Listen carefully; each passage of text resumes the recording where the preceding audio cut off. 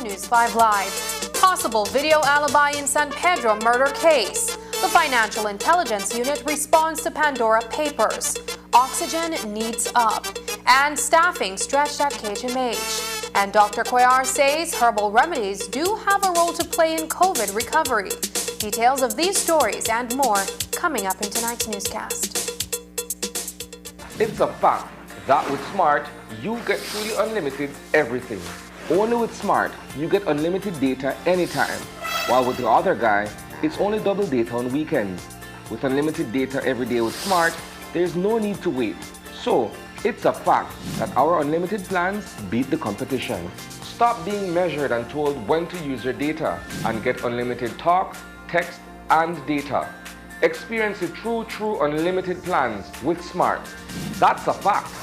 Make the switch and live smart. At Belize Diagnostic Center, we offer FDA-approved PCR testing for COVID-19. Get your results as quickly as 1 hour. Don't risk getting exposed to COVID-19 by going elsewhere. We take appointments, or we can come to your home or office using our concierge service with no additional fees. We have 10 locations countrywide. Call or WhatsApp us at 613-TEST. That is 613-8378 to schedule your test today. Have you tried the Atlantic Insurance app yet? If not, you are literally missing out. When you request a renewal on your motor insurance policy through our AIC app, you automatically get an additional 10% off. When you use our app to request a renewal of your property insurance, you get a special discount. For new customers, the savings get even bigger. Request a quotation using our app, and upon acceptance of the business, you qualify for up to 30% on motor insurance. And of course, special discount applies for property insurance. Download and use our AIC mobile app today and save. Atlantic Insurance, insuring you from life's unexpected. Buying a car should be a great experience, and St. John's Credit Union wants to make it even better. But we offer more than just great low rates. We make the application process easy and make sure our members get the best service possible. At St. John's Credit Union, we offer excellent products backed by exceptional service. So the next time you are buying a new or used vehicle, take advantage of St. John's Credit Union's Drive Forward Auto Loan product. We'll put the buying power in your hands. Come and drive forward with our auto loans with rates as low as 9% and low or no down payments. Drive forward with St. John's Credit Union. Some restrictions apply.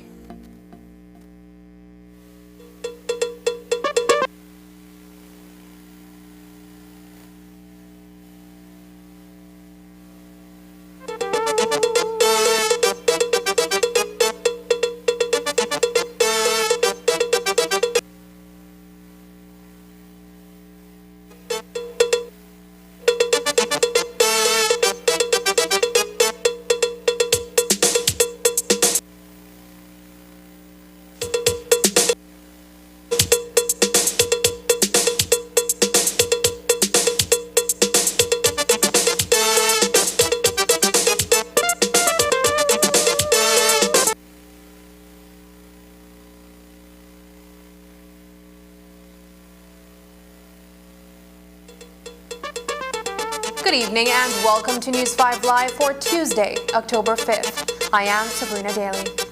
A well-known taxi operator stationed at the PGIA was this evening murdered at his home in Japan area of Ladyville. News 5 has confirmed that Leo Skeen was fixing his vehicle when he was fatally shot. Reports are that the gunman came up from behind and fired several shots in Skeen's direction. Police officers are currently processing the scene and canvassing the area for information surrounding this late evening murder.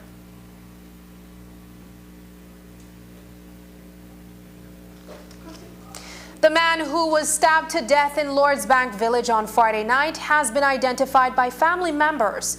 A relative contacted News 5 to say that the deceased is 38 years old Jason Andrewin. He was stabbed multiple times, and nearby residents who heard his cries for help attempted to render assistance, and he was taken to the KHMH but died. So no one has been arrested for Andrewin's death. There was also no drama today at the San Pedro Magistrate Court when Jasmine Harton's legal case continued. News 5 was there early this morning as Harton waited in the lobby on the second floor of the San Pedro police station before she was called into the court for disclosure. No attorney accompanied her.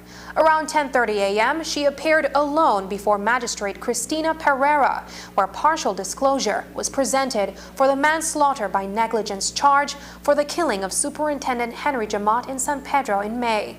That matter was adjourned to December 9th when additional documents will be handed over to her. The Canadian national was also given full disclosure for the charges of common assault and possession of a controlled drug. As Harton exited the court and hopped onto a golf cart, News 5 asked her to comment on the proceedings. So 3 different charges, eh? That's correct. I think they were adjourned till later this year, at least one of them. Yeah, so later this year and early next year. So, but I have to speak to my lawyer first. For the common assault and drug charges, Harton's trial is set to begin on February 16th, 2022. 3 men were arraigned in the San Pedro Magistrate Court this afternoon in connection with this weekend's shooting incident at sea that ended in the death of Jerry Espat. 22-year-old Pedro Tun, 36-year-old Sergio Tun, and 34-year-old Gabriel Villafranco were remanded to prison until January 5th after they appeared before Magistrate Cristina Pereira this afternoon. But their relatives are saying that the police have the wrong guys, and they have the surveillance footage and receipts to prove it. News 5's Dwayne Moody reports. Police believe Gabriel Villafranco, along with Pedro and Sergio Tun, was responsible for the shooting at sea on October 2nd, in which the Espat brothers were ambushed by 4 gunmen on 2 separate boats.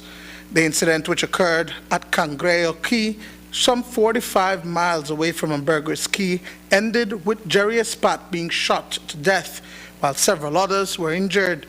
Kirian Espat, brother of the deceased, said that he recognized their attackers. I know them boy, I see them. I grew up with them boy at San Juan. See? And they run with me with the engine. I try run mine, he cut my pants, my diving pants. My whole diving pants get cut up with the propeller. They nearly kill me, they want to kill me, they battle with me like nearly 20 minutes and can't. And they get frightened and they just take off and gone and they left my liver and they float up right there dead.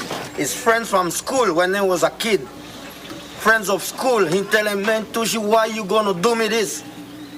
Why you doing this? What I do you? What I do you, Tushi, what I do you, man? So they recognize them? They recognize them, man. They are friends of school. He call us by name and tell him, why you're doing this to me? We doesn't do you nothing. The victims have since given statements to the police in which the names of at least 2 of their attackers were mentioned. On Monday evening, 3 persons were charged: Gabriel Villafranco, Pedro Tun, and Sergio Tun. None of these men, we are told, were those identified in the statement. Today, the families of the accused men who were arraigned this afternoon say that the police have it wrong. And the names that the guys called it on the media is none of them are by that name, and they don't live in San Juan that the guy said. So your relatives are being targeted for no reason? Well, that's the way how we feel, because they can't split themselves in 2. They can't be at the store and then be where the incident happened. One relative says that she visited the police with surveillance footage from 2 different stores dated October 2nd, which captures the accused men inside the stores at the time when the incident purportedly happened at sea. But they say the police wouldn't entertain them. One of them went to buy a triple antibiotic at the Quality Poultry, and the other one went to 77 supermarket to purchase chicken cuts and some pudding stuff for my grandmother that is sick as well. And I came to the police station and asked them if they want to see the footage so that have proof that one was them at Quality was at 9:37 and the other one at the Chinese store was at 10:12. The police refused to take the footage, doesn't even want to listen to none of us. I even show him, he said that he has footage as well. Like their spots, the Tun and Villafranco families want justice. They'll be remanded because it's for attempt murder or cases that don't have a bail. So justice, that's what your family wants? That's what we want because then it's unfair. If the guys know who did it, they're calling names. Why the police are making it, and none of them by the name that the young man said, none of them are by that nickname. So what's the next step for you guys? Well, we got a lawyer and from there he's going to proceed what's going to happen. Dwayne Moody for News 5. Villafranco was arraigned for murder, attempted murder, use of deadly means of harm, and wounding, while Sergio and Pedro Tun were charged jointly for 2 counts each of attempted murder, use of deadly means of harm, and 1 count each of grievous harm. The Belize Financial Intelligence Unit has responded to the Pandora Papers report. The release says the FIU is aware of the publication and the reported links to Belize registered entities. FIU says while no law-breaking is alleged, extremely poor due diligence and oversight in conducting business is suggested, which they say is of serious concern to them and the National Anti-Money Laundering Committee. The release goes on to say that FIU will continue to liaise with the appropriate competent authorities and identified parties to establish what they term realities, both present and past. Should their investigation reveal that there are deficiencies in diligence that does not meet current standards established by the Financial Action Task Force, the FIU says effective, proportionate, and dissuasive sanctions will be applied. The named Belize registered entities, Glenn D. Godfrey and Company LLP and Sill Trust Limited, issued a joint release this afternoon stating that none of the persons mentioned in the report were clients of theirs. They also note that they never met them or dealt with them directly. Quote, "Our direct clients were us, prominent law firms and accounting firms, and not any of the individual mentioned in that report," says the release. The company further notes that in accordance to the regulatory and legal regime in the time of 1996 to about 2003, it was never their responsibility to do due diligence checks on the clients of their clients. Coming up, in the walk-in or drive-through, free COVID tests for your employer or to enter public buildings. Find out where to go up next on News 5 Live.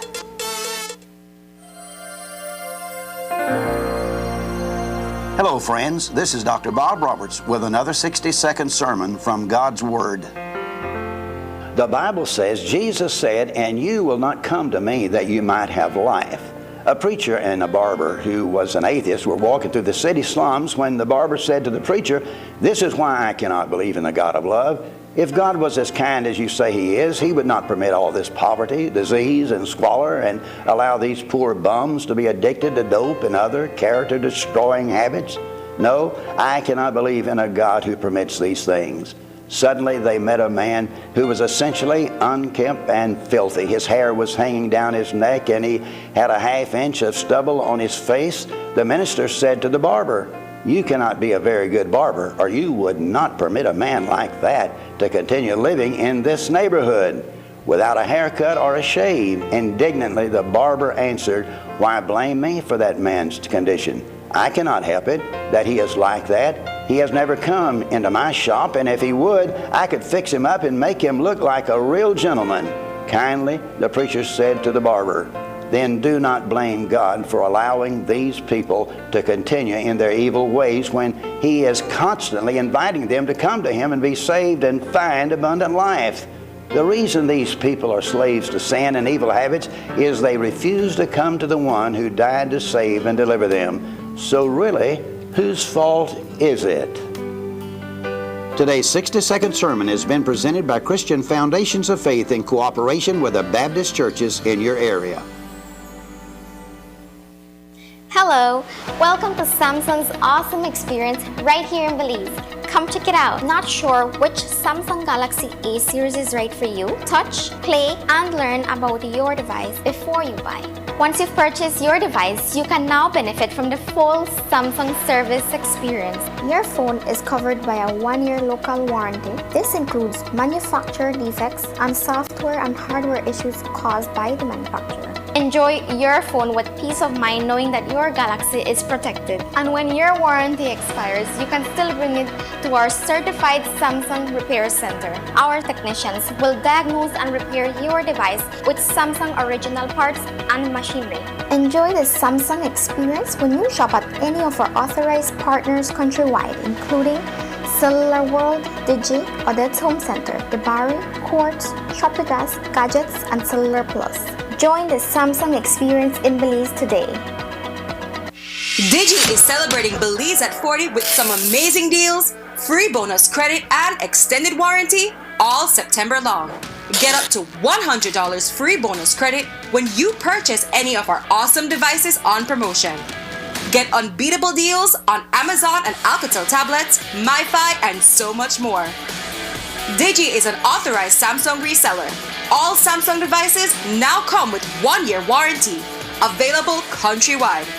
For more information on these and all other unbeatable September offers, visit our website at www.livedigi.com/September-deals.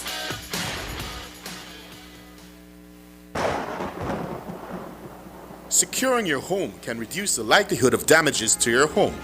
Always remember to put up shutters on windows and doors, secure outdoor furniture, trim trees and other vegetation, turn off butane tanks and other utilities if a storm is imminent. RF&G Insurance Company Limited, where it pays to get it right. I'll take you there. I'll take you there.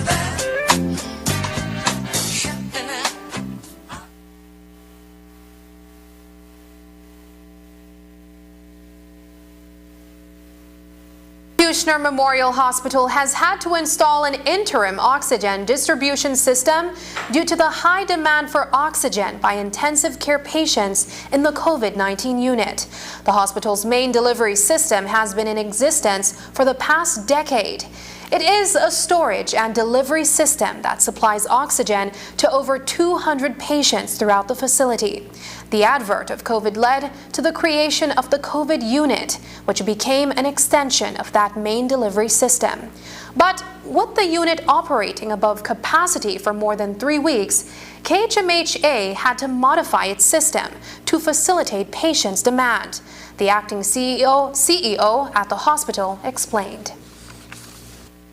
Based on that 23-bed capacity, which we have been surpassing for the past, I would want to say, 3.5 weeks, the demand or the drawdown on the oxygen has become strenuous for that delivery system, so we had to basically make adaptations to facilitate or to grow along with the patient demand. So basically you're saying because of the increase in patients over an extended period, or because of being at capacity in terms of patients over an extended period, the demand on the oxygen has increased from patients? Yes, and it's the demand overall. However, what has created a strain on the system is the number of intensive care patients that are connected to these high flow machines. These machines are being asked to deliver oxygen at a rate of up to 80 liters per minute. So that's a very, very high flow of oxygen, and because of the interim delivery system that we had, the distribution, it's not a shortage of oxygen, but the distribution system has become inadequate, and we had to modify. It means that we had to put a shorter distribution range, or decrease the distribution range. So it meant that we had to bring those liquid tanks in the hospital in a designated area, apart from where the patient care takes place, but closer to the patient, so that the travel time for the oxygen or the restrictions is not as much as before. Is this as a direct result of the impact of this Delta variant? Well, with respect to the medical aspects of it, I would not be able to get into any detail or answer on that part of it. But technically speaking, I've seen the demand gone from 5 or 6 intensive care patients to now running up to 10 and 12, putting 5, 6 patients on ventilator alongside 7 or 8 patients with high flow. So that oxygen demand is immense on the distribution system, so that's the reason for the modification. Acting CEO Sergio also spoke about the cost attached to the modification at the KHMH. Needless to say, maintaining a consistent supply of oxygen to a facility like KHMH is expensive. The temporary distribution system, or let me not say temporary, the interim distribution system that we had put there, the supplemental system, is going to cost us for installation upwards of $30,000. We have a good relationship with Fabregas, so as the demand arises, they assist us to meet that demand, and later we discuss the finances. However, yes, we have arrangements to know what the ballpark figure will be, and then we work out the details to minimize cost. So oxygen in a whole, I would want to say, for the design system, we have the primary system, which was designed to deliver to the 200 plus patient care areas of the hospital, and now us adding on the COVID unit. The liquid storage that we had, it used to cost us probably about $90,000 to $100,000 a month for oxygen. But with COVID, the increase in tank oxygen, liquid oxygen, and now we're getting liquid tank oxygen, it's going to push us to at least double the consumption that we had. Point of correction, CEO Segura. The news that 3 of 4 COVID-19 deaths that occurred since the weekend were among fully vaccinated people has prompted COVID experts to pay keener attention to people with comorbidity issues or pre-existing health conditions. News 5 spoke today with internist and COVID survivor himself, Dr. Fernando Cuellar, about these deaths. He says that while he does not speak in an official capacity, the number of deaths among the fully vaccinated is a cause for concern among physicians. We are very alarmed. Indeed, we are very worried, we are very concerned, because I would think maybe over the past 2 months, we've heard a lot of people after being vaccinated, still end up severely ill in the hospital. And I think we've seen perhaps around 11 or 12 deaths in people who are fully vaccinated. I would say that I cannot speak officially. I don't have that authority. I'm just giving an opinion as somebody who has been involved in COVID and all, like over the past 18 months. So I'm not speaking anyway from an official standpoint, no? But those 11 or 12 deaths that have occurred in fully vaccinated people seems to be in people who have severe comorbidities, meaning that they have a lot of other serious illnesses alongside it, people with cancer, people with renal failure, people on dialysis. So that may be one of the explanations of why these people have died after being fully vaccinated. The age too is playing a role, and we have to look at it, we have to examine it, we have to audit it, we have to go over it and see why in Belize, as opposed to other parts, the numbers are much higher in deaths after vaccine. I don't think it's something we should shy away from. I don't think that's something we should be afraid to answer. As a matter of fact, I would hope the ministry and the authorities come out earlier than later to answer these things in a more official capacity, and not give room for those people who are already afraid of the vaccine or the famous anti-vaxxer to say, aha, see, people who have taken the vaccine still die, because I'm sure that will happen. We're just coming out of 2 Sunday lockdown, 7 o'clock curfew and so forth. What's your prediction for let's say, the next month or so? Well, I don't think we will see the fruits of these last maneuvers till at least another 2 or 3 weeks. I think at least for the next 2 weeks, we'll still see the high numbers coming out, but we should start see a downturn after 2 or 3 weeks. Dr. Cuellar advises against any type of celebration or observance for Halloween and Garifuna Settlement Day in order that we may start to see fewer infections heading into the Christmas season. Cuellar says that herbal medicine does have a role to play in the fight against COVID-19, but its importance is in the recovery stage. The herbs, they do have their role. But people must understand it's not one or the other, no? It's not exclusively if I take herbs, then I shouldn't follow the recommendation of conventional medicine, no? They both play a role, and I would dare say that the herbs play more of a role in the healing part, no? And as opposed to the medication help with the inflammation part. But so in a nutshell, in summary, both have a role to play. So I am one of them. I'm still taking my charcoal and my vervain and that kind of thing. No, and I think I'll be doing that for maybe another month or 2 to go. No? And they don't counteract? No, it will not counteract. Absolutely not. The new COVID regulations that came into effect on October 1st require people to show a vaccination card or a negative COVID test before entering government buildings. These include employees of those places. GOB is now offering a measure of relief to persons who requires a negative COVID test. 2 COVID-19 testing sites have been established, one in the city of Belmopan and a second in Belize City. These sites are offering rapid tests free of cost. News 5's Paul Lopez reports. The Ministry of Health and Wellness is supporting the Central Health Region by providing this COVID-19 testing site.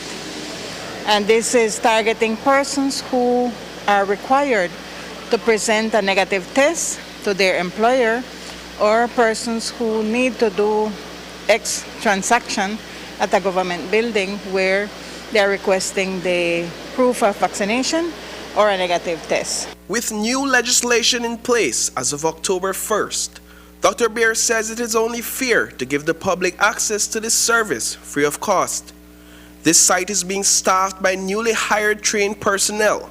The ministry decided that putting the responsibility on already overworked healthcare workers would prove to be a great burden. We are just doing like a trial for these sites to assist the healthcare workers, because the persons that are providing the services are not from persons that are employed by the Ministry of Health. You know that we are struggling providing care to patients that are hospitalized, patients that are reaching to the hospital for other services. We have healthcare workers in the flu clinics, in the COVID wards, so it's a lot going on. So we couldn't allow this to be one more task for the staff that we have at the different health facilities. With 2 sites established, one in the city of Belmopan and a second here at the Belize City Civic Center, there are plans to expand across the country.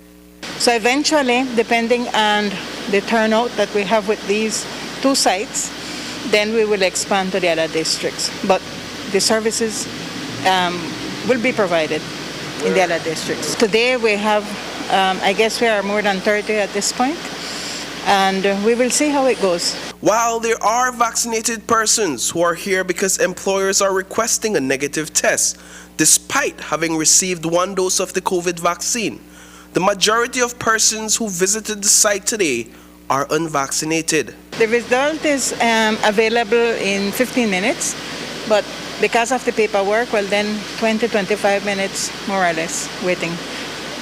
Total process, no? Total process. What's the brand of the test being used? It's the standard Q, it's the biosensor. Yes, antigen rapid test. Dr. Beer emphasized that these tests are not valid for traveling purposes. Also, the results you receive expire after 14 days. Reporting for News 5, I am Paul Lopez. After the break, the Kobe Foundation deals with COVID cases. The continued fight against COVID-19 requires the continued practice of public health measures across all sectors and in every community. Frequent and proper hand washing, wearing face masks, and physical distancing. Do you know who is not physical distancing? The Aedes aegypti mosquito. Did you know that dengue is the most common mosquito-borne viral disease in the world? So let's get to work. Use window and door screens to keep mosquitoes out. Change the water in vases and scrub inside surfaces to remove mosquito eggs. Avoid using saucers with potted plants to prevent collection of water. Securely cover water barrels and drums with mosquito netting and properly fitted covers. Scrub the inside walls of water barrels and drums with detergent 1 to 2 times per week. Walk around the outside of your home and remove or overturn containers that can collect water and become breeding sites. Mosquitoes only need a small amount of water to lay their eggs. Remove unwanted cans, bottles, buckets, or used tires. Other items still in use must be properly stored in covered areas to avoid water settling in them. Clean roof gutters and air conditioner trays. Debushing and removing tall grass from around your home or establishment is also key to reducing mosquito populations. Fight the bite and protect yourself and your family too from mosquito-borne diseases.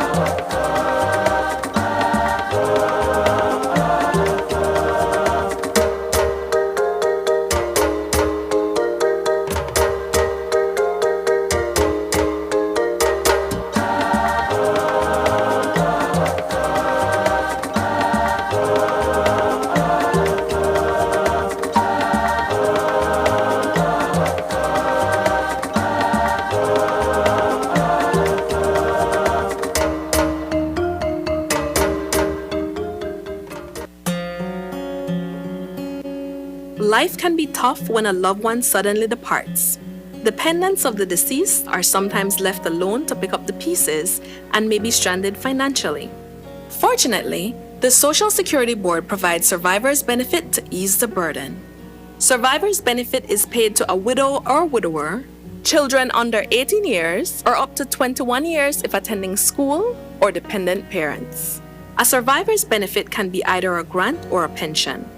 Want to know more about survivor's benefit? Visit our website or contact any of our offices to have someone assist you. Also, be sure to visit our Facebook page and give us a like to stay informed. Social Security Board, safeguarding you, your family, your future. We have been a partner with Smart for over 10 plus years. We have a full Smart plan we use as our major driver for our business. We have a service that rolls over in that if you call one and it is busy, it rolls over to the next line. So once you call us, you can get us at any time. Before we got this Smart service, we were paying upwards of nearly $2,000 in phone bills. Since we've had our Smart service, we pay an average about $600. So we've had tremendous saving, more than 50%. For the businesses, if you want to save money, switch to Smart because it is far more cost effective and the service is excellent. Smart continues to be innovative in bringing new technology and meaningful savings during these challenging times to businesses across Belize. Sign up for our VoIP technology or broadband packages and save more. The Belize Belize Central Prison continues its fight against COVID-19 as inmates and staff still contract the virus.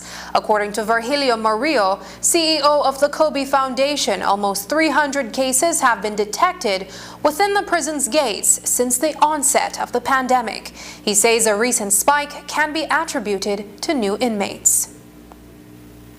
This is just a summary or a synopsis of all the cases that have shown up as positive in the prison since the pandemic came knocking at our door back in September of last year.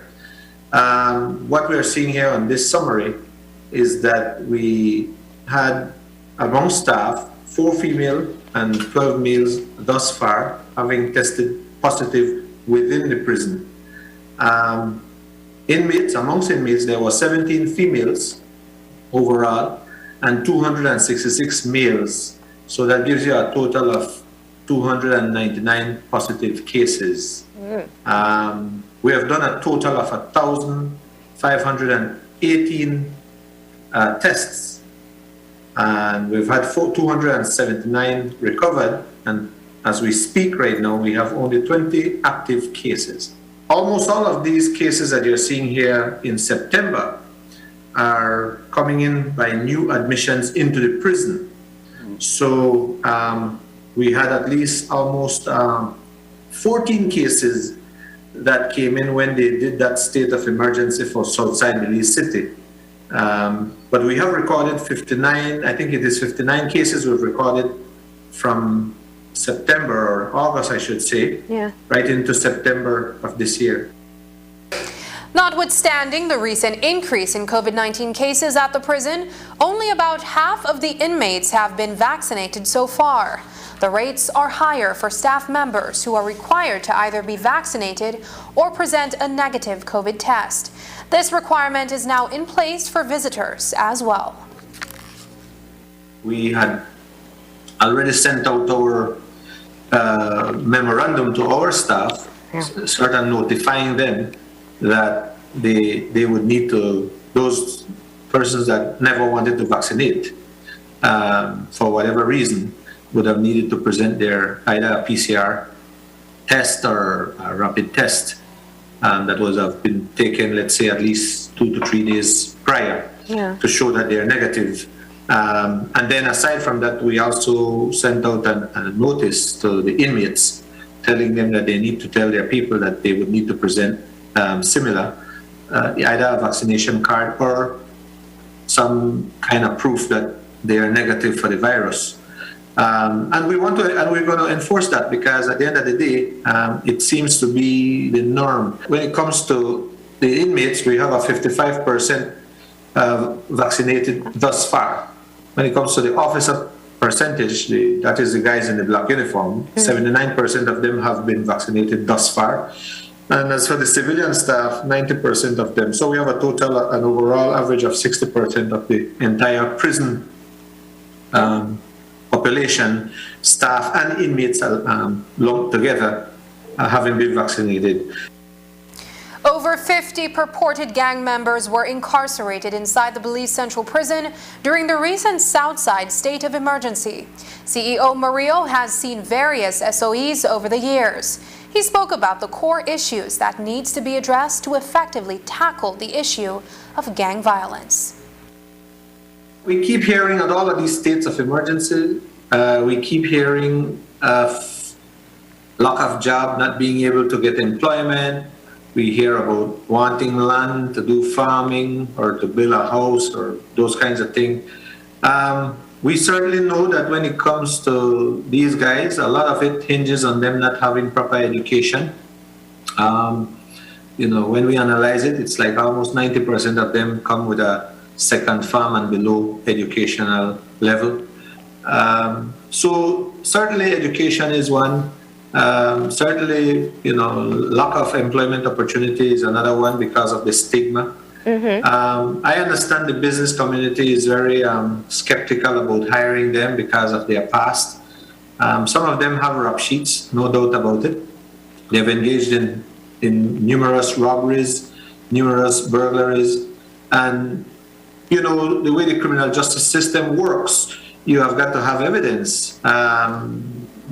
People could literally know that you did it, but because there's not enough evidence to convict them, you don't.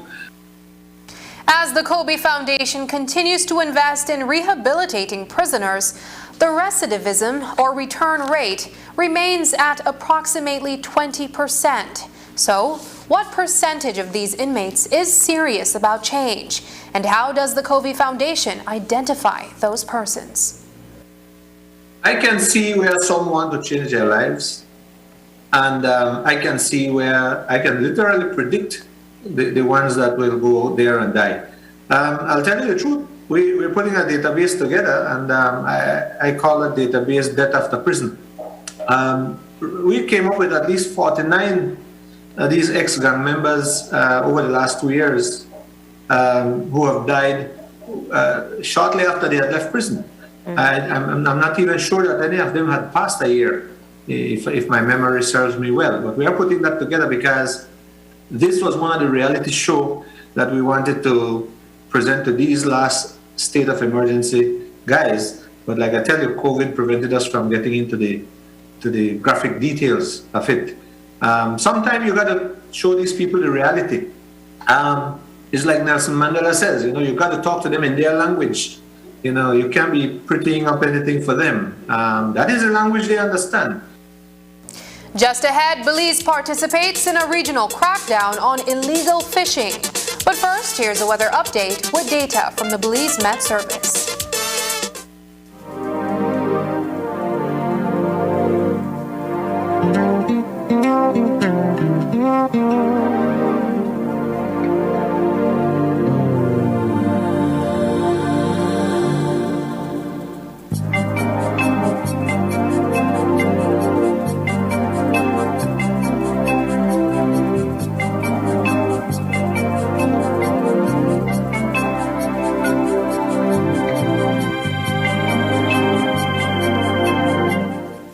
Beltrade is implementing the Building Resilient MSMEs Accelerating Digitization Project with support from the United Nations Development Program. To support the development of an MSME medium-term strategy, digitization of capacity building services, and establishment of a B2B platform that can increase enterprise capabilities to facilitate supply chain and market access and flexibility to continue operating despite the COVID-19 pandemic. PPF Capital Belize Limited is conducting a survey to capture information on how COVID-19 is affecting MSMEs across Belize. Kindly fill out this survey as your input will aid in developing MSMEs interventions that respond to the specific needs of MSMEs in the country. One business owner will be awarded $1,000 for participating. Some restrictions apply. We thank you for your contribution as we remain committed to contributing towards building a resilient MSME environment within Belize. For more information, visit our website at beltrade.bc or call us at 822-3737. Why should we get a COVID-19 vaccine? First, to protect our health.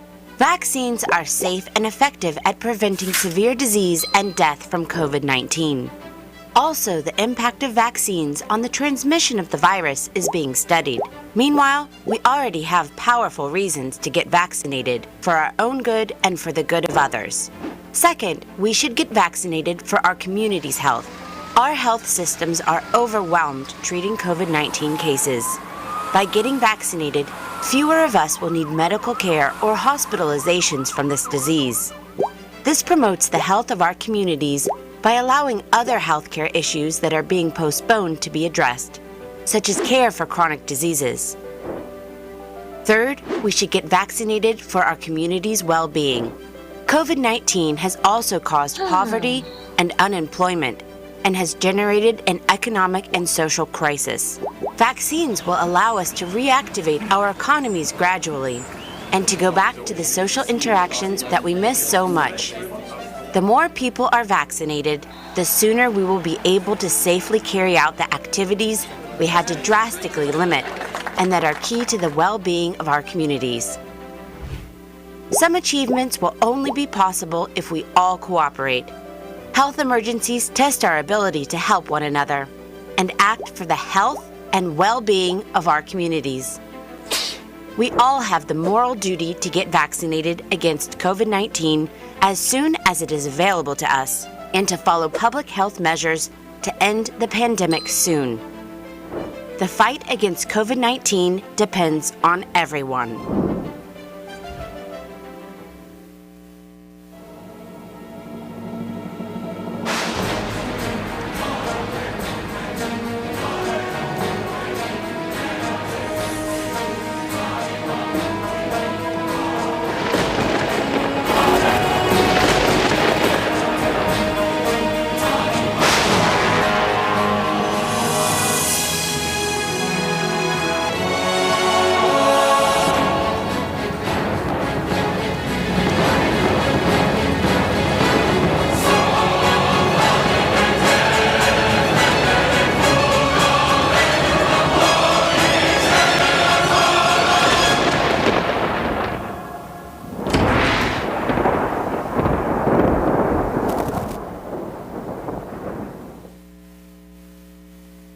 Un hecho. Únicamente con Smart obtienes todo realmente ilimitado.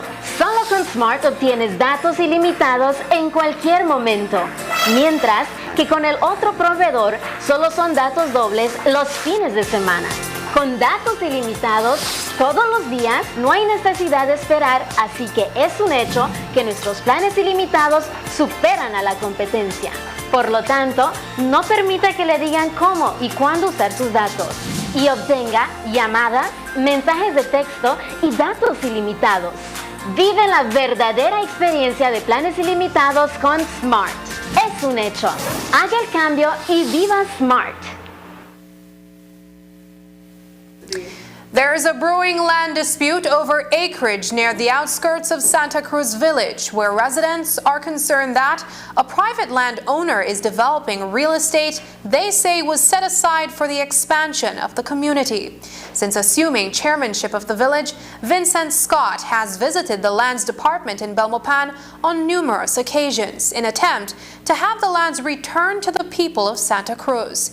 He says that while the village council was initially successful in reclaiming the property, another individual has since entered the picture and is using the acreage as farmland. News 5 spoke with Scott, who says that a cease and desist order was originally served on the new landowner. Windmill is the company that have the lease for, I think, 1,900, close to 2,000 acres.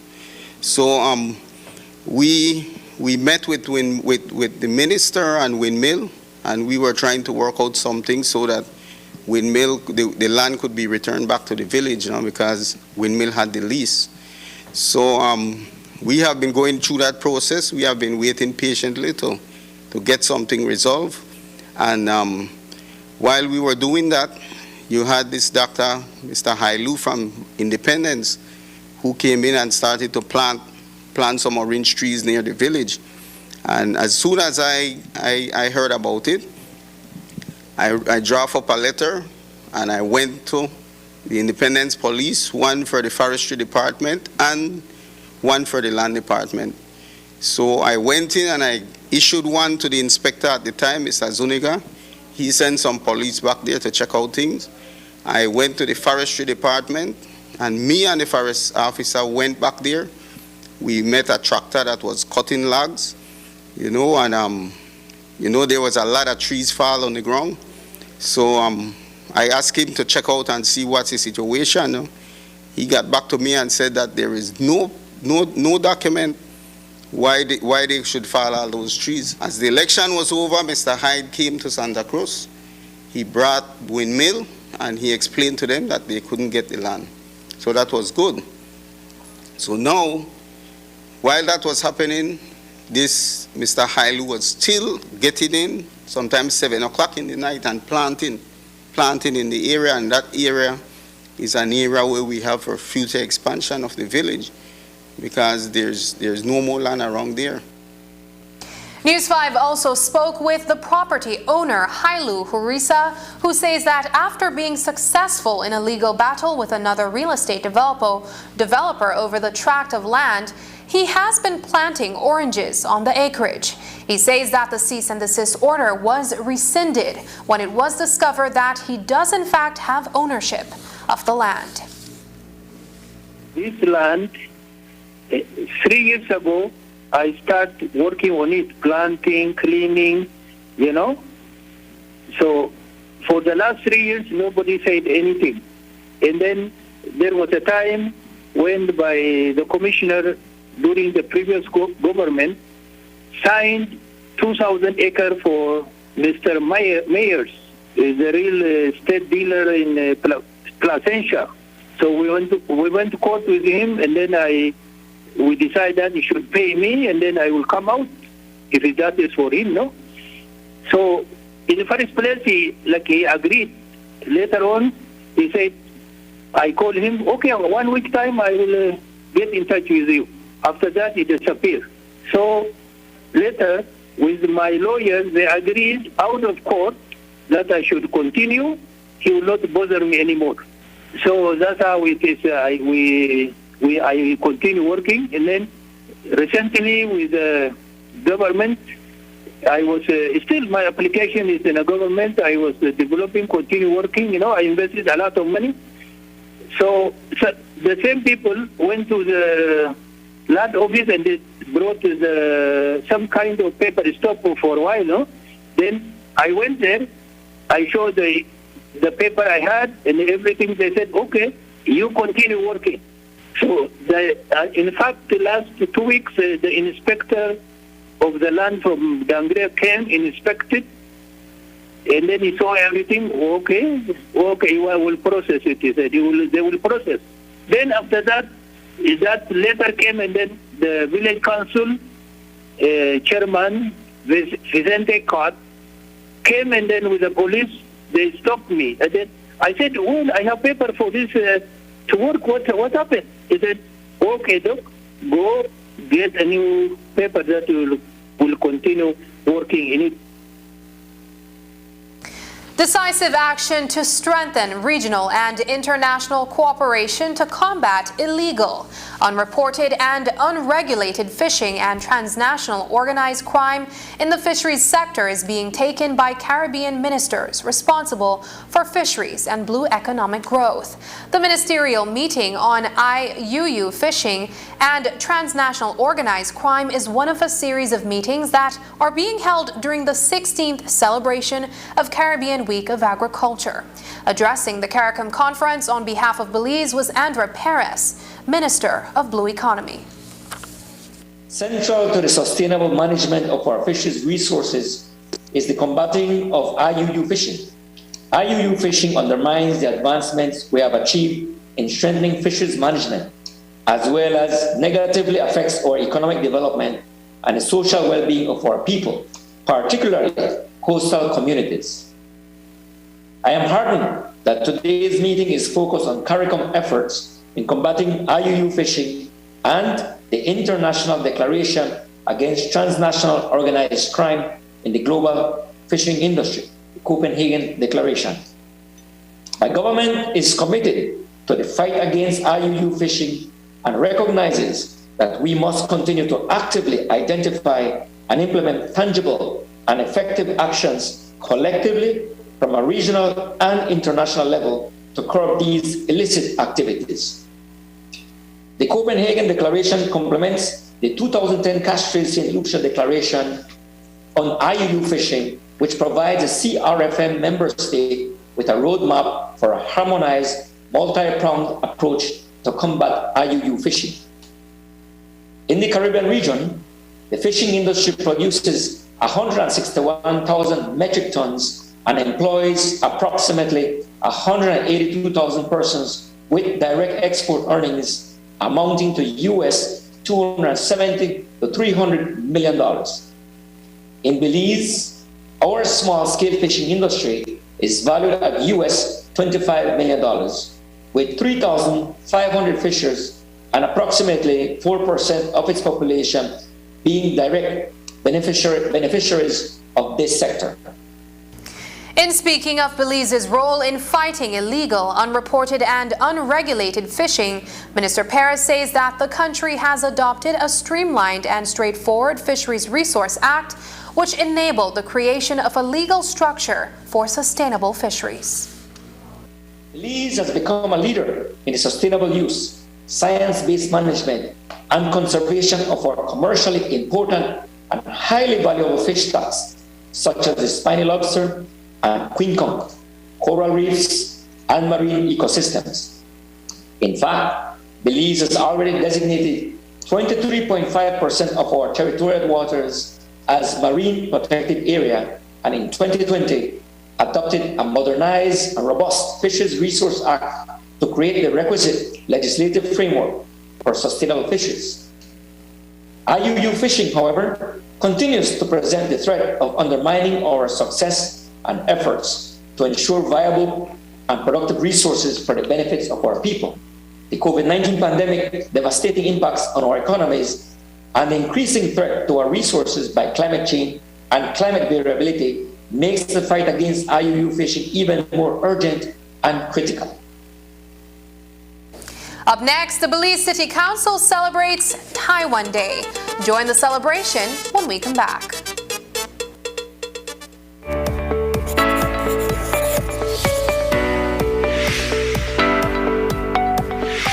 What is the Pfizer COVID-19 vaccine? The Pfizer COVID-19 vaccine is an RNA vaccine that triggers our immune system to develop antibodies against the SARS-CoV-2 virus that causes COVID-19. It helps to reduce hospitalization, severity of the disease, and death. What is the Pfizer vaccine made of, and is it safe? The Pfizer vaccine is made up of mRNA messenger ribonucleic acid, which are molecules that carry the genetic information needed to make proteins, lipid, salts, and sugar. It is safe for persons 12 years and older and does not contain the COVID-19 virus, hence cannot cause infection. Tests have shown that the vaccine is effective against current virus variants. Who should take the Pfizer vaccine? The Pfizer vaccine should be taken by persons 12 years of age and older who do not have severe allergic reaction after a previous dose of vaccine or have not had severe allergic reaction to any ingredient of this vaccine. 2 doses of the vaccine are required 3 weeks apart. If you are between the ages of 12 and 17 years, you are required to present a signed consent form before you are vaccinated. What are the side effects of the Pfizer vaccine? Some common side effects of the Pfizer vaccine are headache, fatigue, muscle pain, fever, chills, and swelling at the injection site. If side effects persist, contact your doctor as soon as possible. Does the Pfizer COVID-19 vaccine prevent infection and transmission? No, vaccination alone does not prevent infection and transmission. We are still required to continue to wear masks properly, physically distance, wash and sanitize hands often, practice proper coughing and sneezing hygiene, and avoid crowds.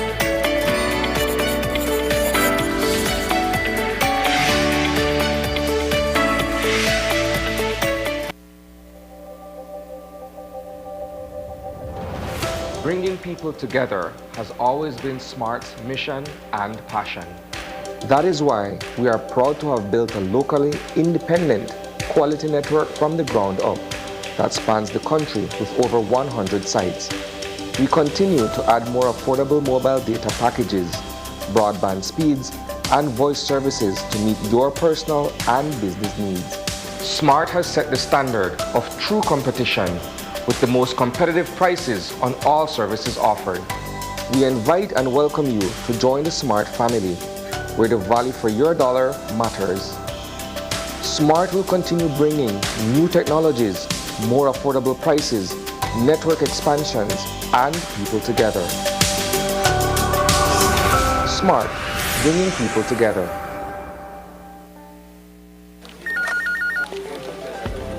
As one of the largest cable and internet providers in Belize, CBC strives to provide our customers with the highest standards of quality, value, and service in all aspects of cable TV and internet.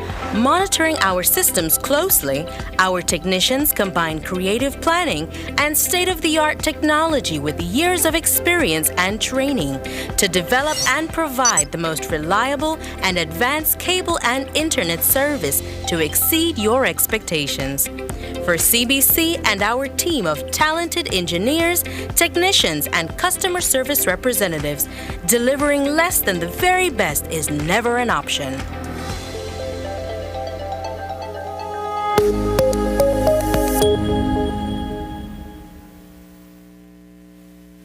Some 400 Belizeans living in the USA attended town hall meetings held in Houston, Chicago, New York, and Miami from September 28 to October 3, 2021, organized by the Ministry of Tourism and Diaspora Relations through its newly established Diaspora Relations Unit. According to the ministry, there are an estimated 300,000 Belizeans living abroad, and the majority of those are residents of the United States. They continue to contribute to Belize's economy in many ways, including investment, tourism, expertise exchange, philanthropy, and remittances. The town hall meetings were described as an opportunity to exchange ideas that will, quote, contribute toward nation building. The sizable government of Belize delegation consisted of Anthony Mahler, Minister of Tourism and Diaspora Relations, Henry Usher, Minister of Public Service, Constitutional and Political Reform, Lin Young, Ambassador of Belize to the United States and Permanent Representative of Belize to the Organization of American States, Sadia Murphy, Ambassador for Diaspora Relations, and Nicole Solano, Chief Executive Officer in the MTDR. In addition, Belize City Councilor Stephanie Hamilton, Councilor for Tourism and Diaspora Relations, Paul Thompson, Advisor to the Deputy Prime Minister, Sandra Mahler, Senior Liaison Officer in the MTDR, Gilroy Usher, Minister of State, and Carlos Fuller, Ambassador to the United Nations, joined the meeting in New York. Leticia Castellanos, Honorary Consul of Belize in Chicago, and Miss Janine Sylvester, Honorary Consul of Belize in Florida, also joined the meeting in their respective cities. On Monday, the Belize City Council welcomed Taiwanese Ambassador to Belize, David Kwan Chiao Chen, and other officials from the Embassy of the Republic of China, Taiwan, to the Belize City Hall. The invite was for a commemorative ceremony in celebration of National Taiwan Day 2021. Mayor Bernard Wagner and Ambassador Kwao Chen made brief remarks. October 10th will be the 110th National Day of the Republic of China, Taiwan. I would like to take the advantage of today's event to celebrate the National Day of Taiwan, to share our joy with the people of Belize City, and to extend our heartfelt appreciation to all the people of Belize for your unwavering, staunch support and friendship to my country, Taiwan, in the international forums. Just as the Belize City Council continuously nurtures local partnership, we likewise work to foster international relationships, as well as diaspora and sister city relations. Today, we are delighted to further build on our diplomatic ties with our partners from Taiwan by sharing your culture and heritage with the residents of our city. Following the remarks, Mayor Wagner received a donation for this year's Youth Patriotic Competition, and the Taiwanese Embassy also handed over 400 gift packages containing Taiwanese treats. These will be distributed to residents across the city by councilors. And that's the news. Tonight's broadcast is available in both text and streaming video at channel5belize.com. You can also connect with us on our Facebook page at facebook.com/News5Live. I'm Sabrina Daly. Thanks for joining us. And from all of us here at News 5, please remember to wash your hands, keep your social distance, and stay safe. Good night.